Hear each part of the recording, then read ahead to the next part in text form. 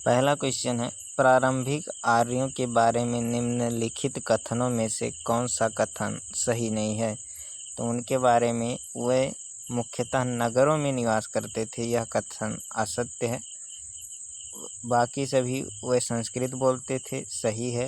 वे घुड़सवारी किया करते थे, ये भी सही है। तथा वे कई झुंडों में भारत आए थे, ये भी सही है। अगला क्वेश्चन है, इनमें से किस फल का ज्ञान वैदिक काल के लोगों को नहीं था। तो इनमें से जो है वह तंबाकू का ज्ञान जो है यह वैदिक काल के लोगों को नहीं था। बाकी चावल, जौ और गेहूं का ज्ञान जो है यह वैदिक काल के लोगों को था। अगला क्वेश्चन है कि किस वेद में सभा को नरिष्ट अर्थात सामूहिक वाद विवाद या अनुल्लंघनीय कहा गया है। तो यह कहा गया है अथर्ववेद में। अगला क्वेश्चन है, ऋग्वेद में कुल कितने मंडल हैं। तो ऋग्वेद में जो है यह कुल 10 मंडल हैं।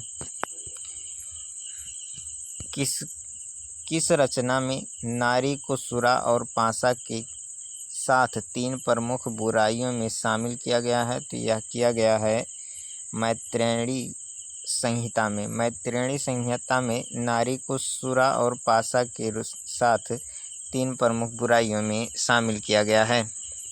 अगला क्वेश्चन है कि गायत्री मंत्र की रचना किसने की थी। तो गायत्री मंत्र की रचना जो है यह की थी विश्वामित्र ने। अगला क्वेश्चन है, अवेस्ता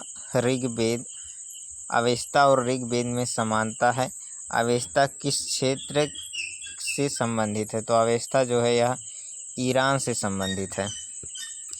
अगला क्वेश्चन है कि आर्य शब्द का शाब्दिक अर्थ क्या है। तो आर्य शब्द का शाब्दिक अर्थ है श्रेष्ठ या कुलीन। पूर्व वैदिक या ऋग वैदिक संस्कृति का काल किसे माना जाता है। तो पूर्व वैदिक या ऋग वैदिक संस्कृत का जो कालक्रम है यह माना जाता है 1500 ईसा पूर्व से 1000 ईसा पूर्व तक। अगला क्वेश्चन है कि उत्तर वैदिक संस्कृत का काल किसे माना जाता है। तो यह माना जाता है 1000 ईसा पूर्व से 600 ईसा पूर्व को उत्तर वैदिक काल माना जाता है। अगला क्वेश्चन, किस देवता के लिए ऋग्वेद में जो है वह पुरंदर शब्द का प्रयोग किया गया है। तो ऋग्वेद में पुरंदर शब्द का प्रयोग जो है वह इंद्र के लिए किया गया है। शुल्व सूत्र किस विषय से संबंधित पुस्तक है। तो शुल्व सूत्र जो है यह ज्यामिति से संबंधित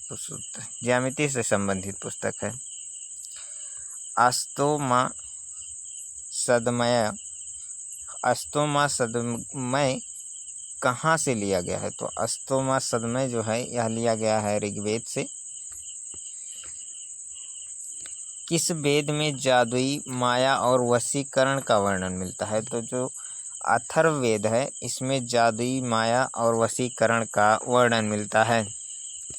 अगला क्वेश्चन है कि ऋग्वेद में सबसे पवित्र नदी किसे माना गया है। तो ऋग्वेद में सबसे पवित्र नदी जो है वह सरस्वती को माना गया है। अगला है, 3 कर्मों में तीनों लोक को माप लेने के कारण किसे उपक्रम कहा गया है। तो यह कहा गया है भगवान विष्णु को। पुराणों की संख्या कितनी है। तो पुराणों की संख्या कुल है 18। अगला क्वेश्चन है कि वैदिक धर्म का मुख्य लक्षण इसमें से किसकी उपासना था। तो वैदिक धर्म का मुख्य लक्षण जो है वह प्रकृति की उपासना था। अगला क्वेश्चन है कि निम्नलिखित में से वह दस्तकारी कौन सी है जो आर्य द्वारा व्यवहार में नहीं लाई गई थी। तो आर्य द्वारा जो व्यवहार में नहीं लाई गई थी वह दस्तकारी है लुहार या लुहारगिरी। अगला क्वेश्चन है कि आदि काव्य की संज्ञा किसे दी जाती है। तो आदि काव्य की संज्ञा जो है यह दी जाती है रामायण को। निम्नलिखित में से कौन मूलतः जल या समुद्र का देवता था। जल या समुद्र का देवता जो है वह वरुण था। पतंजलि कौन था। तो पतंजलि जो है वह पाणिनि के संस्कृत व्याकरण का एक टीकाकार था। तो पतंजलि जो है वह पाणिनि के संस्कृत व्याकरण जिसे कि अष्टाध्यायी कहते हैं का एक टीकाकार था। अगला क्वेश्चन है कि उत्तर वैदिक काल के वेद विरोधी और ब्राह्मण विरोधी धार्मिक अध्यापकों को किस नाम से जाना जाता था? तो उत्तर वैदिक काल के वेद विरोधी और ब्राह्मण विरोधी धार्मिक अध्यापकों को जो है वह श्रमण नाम से जाना जाता था।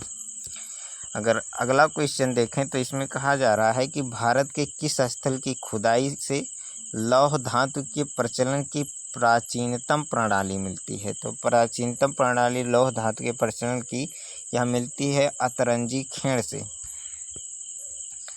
अगला क्वेश्चन है कि कौन सा वेद अंशतः गद्य रूप में भी रचित है? तो अंशतः गद्य तथा अंशतः पद्य रूप में रचित वेद जो है वह है यजुर्वेद। अगला क्वेश्चन है कि सभा और समित प्रजापति की 2 पुत्रियां थीं का उल्लेख किस वेद में मिलता है? तो इसका उल्लेख जो है वह मिलता है अथर्ववेद में। अगला क्वेश्चन है कि उत्तर वैदिक काल में किस देवता को सर्वोच्च स्थान प्राप्त था? तो उत्तर वैदिक काल में जो है वह प्रजापति को जो है वह सर्वोच्च स्थान प्राप्त हुआ था। और अगला क्वेश्चन है कि किस वेद में प्राचीन वैदिक युग की संस्कृति के बारे में सूचना दी गई है? तो यह दिया गया है ऋग्वेद में। निम्न में से उत्तर वैदिक काल में लिखे गए ग्रंथों का सही क्रम कौन सा है? तो इसका सही क्रम जो है सबसे पहले वेद लिखे गए थे, उसके बाद ब्राह्मण, उसके बाद आरण्यक तथा सबसे अंत में उपनिषद लिखा गया था। अगला क्वेश्चन है कि निम्नलिखित में से किसका संकलन जो है वह ऋग्वेद पर आधारित है? तो जो सामवेद है इसका संकलन जो है वह ऋग्वेद पर आधारित है। निम्न में से कौन प्रस्थानत्रयी में शामिल नहीं है? तो प्रस्थानत्रयी में शामिल नहीं है वह है भगवत। बाकी ब्रह्मसूत्र, उपनिषद तथा भगवत गीता जो है वह प्रस्थानत्रयी में शामिल है। अगला क्वेश्चन है कि ऋग वैदिक युग की प्राचीनतम संस्था कौन सी थी? तो ऋग वैदिक युग की प्राचीनतम संस्था जो है वह थी विदत। क्या थी? विदत थी। अगला क्वेश्चन है कि ब्राह्मण ग्रंथों में सर्वाधिक प्राचीन कौन है? तो ब्राह्मण ग्रंथों में सर्वाधिक प्राचीनतम ब्राह्मण ग्रंथ जो है वह है शतपथ ब्राह्मण ग्रंथ, जो कि ऋग्वेद का ब्राह्मण ग्रंथ है।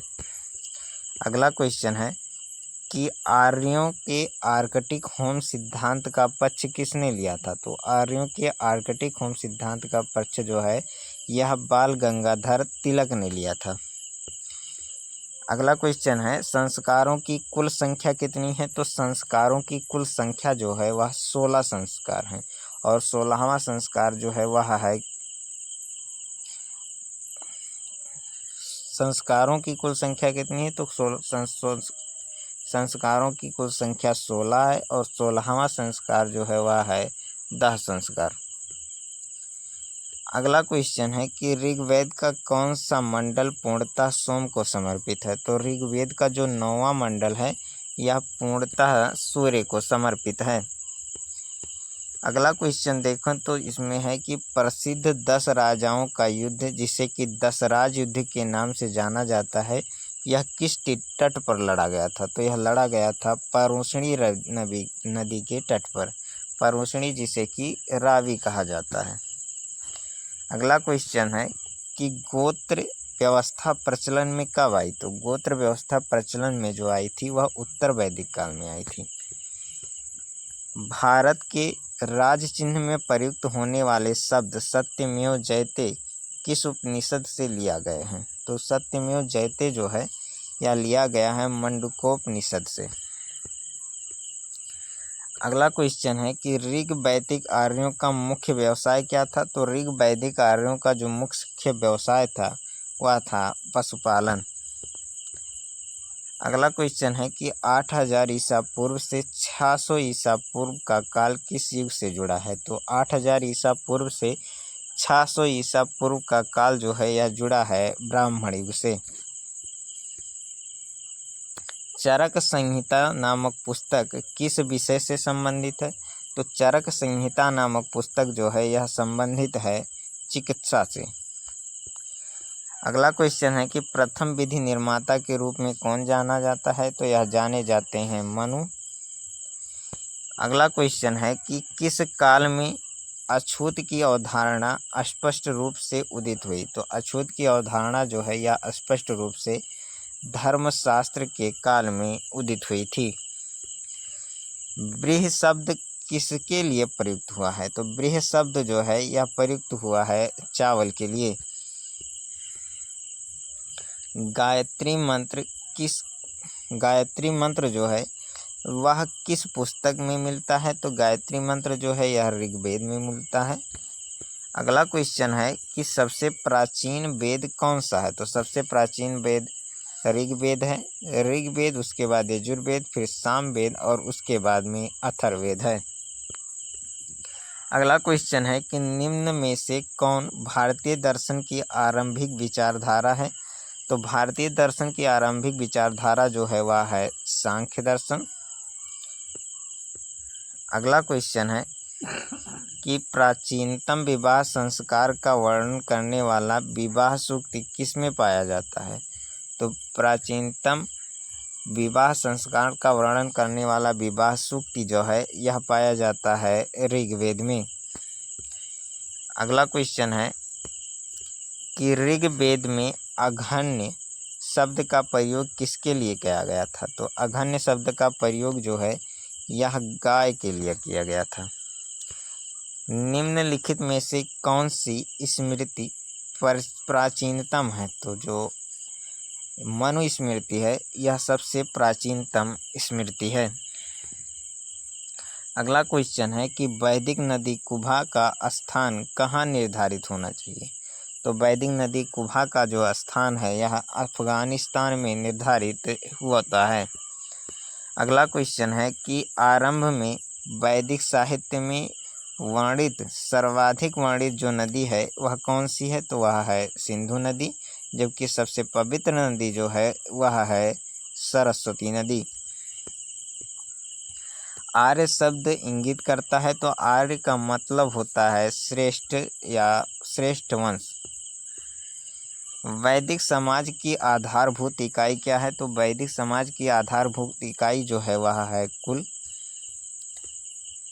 मन स्मृति मुख्यतया संबंधित है, तो मन स्मृति जो है यह मुख्यतः संबंधित है समाज व्यवस्था से।